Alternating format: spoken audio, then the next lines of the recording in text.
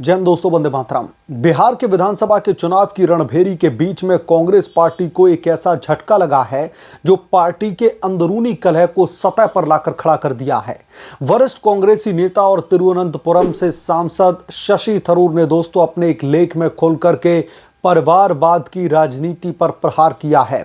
उन्होंने न केवल राहुल गांधी और प्रियंका गांधी को बल्कि महागठबंधन के चेहरे तेजस्वी यादव को भी कटघरे में लाकर के खड़ा कर दिया।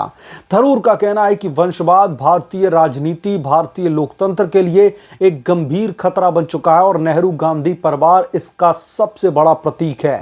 दोस्तों, ये लेख न केवल कांग्रेस पार्टी के लिए शर्मिंदगी का सबब बन गया है बल्कि बीजेपी को बिहार के चुनाव में मसाला भी दे दिया है। क्या ये थरूर की बगावत की शुरुआत है या फिर गांधी परिवार के खिलाफ में खुली जंग? आइए दोस्तों इस विवाद को गहराई से समझते हैं। शशि थरूर ने द इंडियन एक्सप्रेस में प्रकाशित अपने एक आर्टिकल में जो है मेंशन किया है कि फैमिली बिजनेस में भारतीय राजनीति को परिवार का धंधा करार दिया है। उनका तर्क साफ है कि राजनीति में मेरिट यानी कि कुशलता की जगह अब सरनेम यानी कि उपनाम, जैसे कि राहुल गांधी हैं, गांधी उपनाम लेकर के घूम रहे हैं, उसने जगह ले ली है। लेख की शुरुआत ही नेहरू गांधी परिवार से होती है। जवाहरलाल नेहरू, इंदिरा गांधी, राजीव गांधी से लेकर के राहुल और अब प्रियंका गांधी तक। शशि थरूर कहते हैं कि यह परिवार आजादी की लड़ाई से जुड़ा है, लेकिन इसने यह धारणा बना दी है कि राजनीति जन्मसिद्ध अधिकार है इनका। नेपो किड यानी कि नेपोटिज्म का शिकार बताते हुए थरूर कहते हैं कि कांग्रेस पार्टी में वंशानुगत उत्तराधिकार पूरे राजनीतिक परिदृश्य में फैला हुआ है। बिहार चुनाव के संदर्भ में थरूर ने तेजस्वी यादव को भी निशाना बनाया। लालू यादव की राजनीतिक विरासत संभाल रहे तेजस्वी को वो परिवारवाद का जीता जागता उदाहरण बताते हैं। लेकिन थरूर यहीं नहीं रुके। उन्होंने चिराग पासवान, नवीन पटनायक, उद्धव ठाकरे, एम.के. स्टालिन, अखिलेश यादव, उमर अब्दुल्ला, महबूबा मुफ्ती, सुखबीर बादल और के.सी.आर परिवार तक का जिक्र कर डाला। लेकिन उनका जो सीधा अटैक था वो था गांधी परिवार पर, राहुल गांधी पर। कश्मीर से कन्याकुमारी तक हर कोने में परिवारवाद का बोलबाला है। शशि थरूर के आंकड़े चौंकाने वाले हैं। साल 2009 के चुनाव में 45 साल से कम उम्र के 2/3 सांसदों का राजनीतिक बैकग्राउंड पारिवारिक था। 70% महिला सांसद परिवारवाद से आई और 149 परिवारों के सदस्य विधानसभाओं में राज करते हैं। यानी कि विधानसभा में परिवारवाद का एक बहुत बड़ा जत्था, एक बहुत बड़े नेताओं का जत्था बैठा हुआ है, जिनमें से 9 मुख्यमंत्री और 11 केंद्रीय मंत्री शामिल हैं। शशि थरूर की आलोचना दोस्तों सिर्फ सतही नहीं है। वो कहते हैं कि ये सामंती व्यवस्था लोकतंत्र को खोखला कर रही है। गांव की पंचायत से संसद तक का दरअसल जो गुटबाजी है और आंतरिक लोकतंत्र की कमी ने मेरिट यानी कि कुशलता को कुर्बान कर दिया है। बिहार चुनाव के ठीक पहले ये लेख आना संयोग नहीं लगता। ये कांग्रेस पार्टी के परिवार केंद्रित मॉडल पर सीधे तौर पर शशि थरूर का हमला है। थरूर का दोस्तों ये प्रहार कांग्रेस पार्टी के लिए स्वघोषित बम साबित हो रहा है। पार्टी के अंदरूनी सर्कल में हड़कंप मच गया है। राहुल गांधी के करीबी जो हैं उनका कहना है कि शशि थरूर को फटकार दी जाएगी, लेकिन सार्वजनिक रूप से चुप्पी साध ली गई। एक कांग्रेसी नेता ने दरअसल यहां तक कह दिया कि थरूर हमेशा से इंडिपेंडेंट थिंकर रहे हैं, लेकिन यह समय उन्होंने गलत चुना है। बिहार में महागठबंधन को मजबूत करने का वक्त है, न कि आंतरिक कलह। कांग्रेस पार्टी ये अच्छी तरीके से जानती है कि शशि थरूर ने जो अभी आंतरिक कलह फैला दी है, इसका महागठबंधन पर क्या असर पड़ेगा। लेख के प्रकाशित होते ही बीजेपी ने इसे गिफ्ट के तौर पर एक्सेप्ट कर लिया। बीजेपी के प्रवक्ता शहजाद पूनावाला ने ट्वीट करके कहा कि थरूर ने जोखिम भरा कदम उठाया है। फर्स्ट फैमिली बहुत बदला लेने वाली है, मैंने खुद भुगता है। बीजेपी ने इसे नेपो किड्स पर डायरेक्ट अटैक बताते हुए बिहार में प्रचार में इस्तेमाल शुरू कर दिया। राहुल गांधी तेजस्वी यादव का गठजोड़ परिवारवाद का दरअसल महायज्ञ है।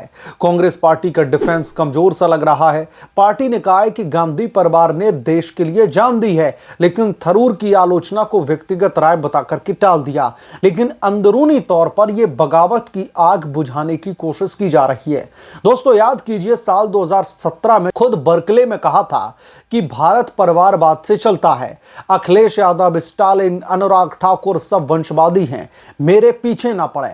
लेकिन साल 2023 में केसीआर पर परिवारवाद का आरोप लगाते हुए उनका डबल स्टैंडर्ड उजागर हो गया। शशि थरूर ने इसी डबल स्टैंडर्ड को आईना दिखाने की कोशिश की है, राहुल गांधी को आईना दिखाने की कोशिश की है। कांग्रेस पार्टी के कई नेता जैसे कि पी चिदंबरम, जयराम रमेश पहले से ही राहुल गांधी की लीडरशिप पर सवालिया निशान खड़े कर चुके हैं। और इतना ही नहीं, राहुल गांधी की लीडरशिप की वजह से गुलाम नबी आजाद जैसे नेता भी कांग्रेस छोड़ करके चले गए। क्या थरूर अब उसमें शामिल होकर के बगावत गैंग का हिस्सा बनने जा रहे हैं? शशि थरूर को दोस्तों कांग्रेस पार्टी का विद्रोही यानी कि रिबेल कहना ये दोस्तों कोई नई बात नहीं है। 2019 में राहुल गांधी के अध्यक्ष बनने पर उन्होंने इंटरनल डेमोक्रेसी की मांग की थी। साल 2023 में भारत जोड़ो यात्रा को थिएटर कहा और हाल ही में कांग्रेस पार्टी की सॉफ्ट हिंदुत्व स्ट्रेटजी पर सवाल खड़े कर दिए। अब ये लेख जो बिहार चुनाव के संवेदनशील समय पर आया है, साफ संकेत देता है कि थरूर गांधी परिवार की विशालकाय छाया से तंग आ चुके हैं। विशेषज्ञों का मानना है कि शशि थरूर दरअसल मेरिटोक्रेसी यानी कि कुशलता आधारित सिस्टम के पैरोकार हैं और कांग्रेस पार्टी का परिवार केंद्रित मॉडल उनके लिए असहज हो रहा है। क्या शशि थरूर बगावत करने का मन बना चुके हैं? संकेत मिल रहे हैं इसके। बीजेपी ने उन्हें चायवाला पीएम मोदी की तारीफ करने का मौका दिया। नामदारों से नफरत इसलिए क्योंकि कामदार चायवाले ने उनका तख्ता पलट कर दिया।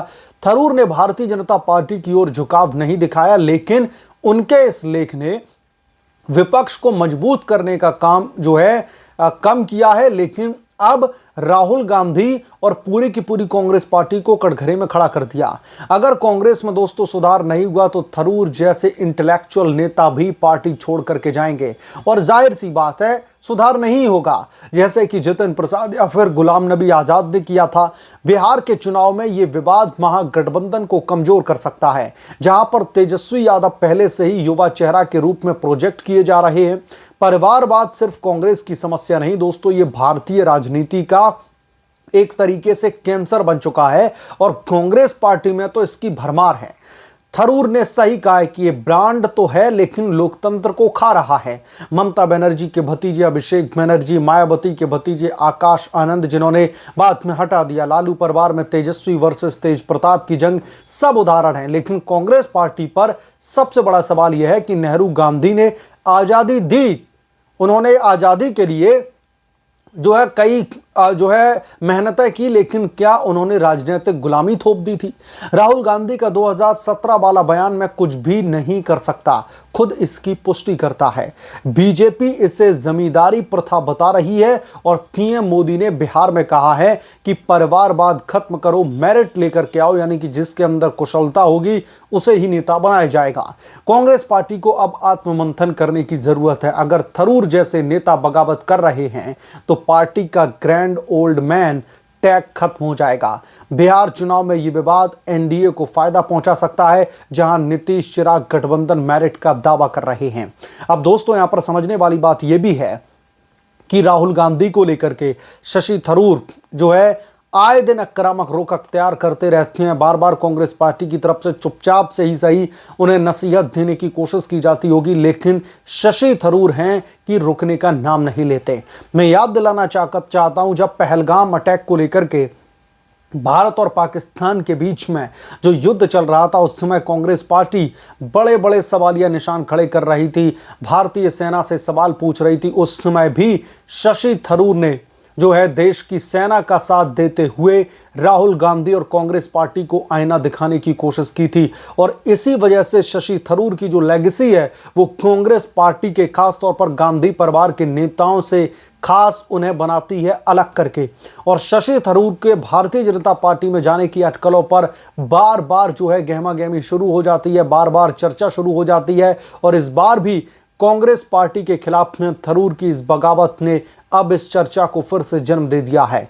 लोग सोशल मीडिया पर चर्चा कर रहे हैं कि क्या थरूर राहुल गांधी को सोनिया सेना को अलविदा कहकर के भारतीय जनता पार्टी में जाने वाले हैं, मोदी के साथ में जाने वाले हैं। बहरहाल ये जो कुछ भी बगावत के बाद में होगा वो तो आगे आ ही जाएगा, लेकिन फिलहाल बिहार चुनाव के लिहाज से कांग्रेस पार्टी को शशि थरूर ने एक बहुत बड़ा झटका देने का काम कर दिया है। शशि थरूर के इस परिवारवाद वाले लेख की वजह से अब तेजस्वी यादव और राहुल गांधी दोनों कटघरे में खड़े दिखाई दे रहे हैं। बहरहाल इसका असर क्या पड़ेगा बिहार के चुनाव पर, आप क्या सोचते हैं, आपकी क्या राय है, कमेंट करके जरूर बताएं। जल्द मिलूंगा किसी दूसरे बड़े अपडेट के साथ में, तब तक के लिए धन्यवाद। अगर आप लोग चैनल पर नए हैं तो प्लीज चैनल को सब्सक्राइब कर लें, साइड में बेल आइकन को जरूर प्रेस कर लें, ताकि जब भी मैं कोई बड़ी खबर लेकर के आऊं, कोई बड़ा अपडेट लेकर के आऊं, तो इसकी जानकारी नोटिफिकेशन के जरिए सबसे पहले आपको मिले।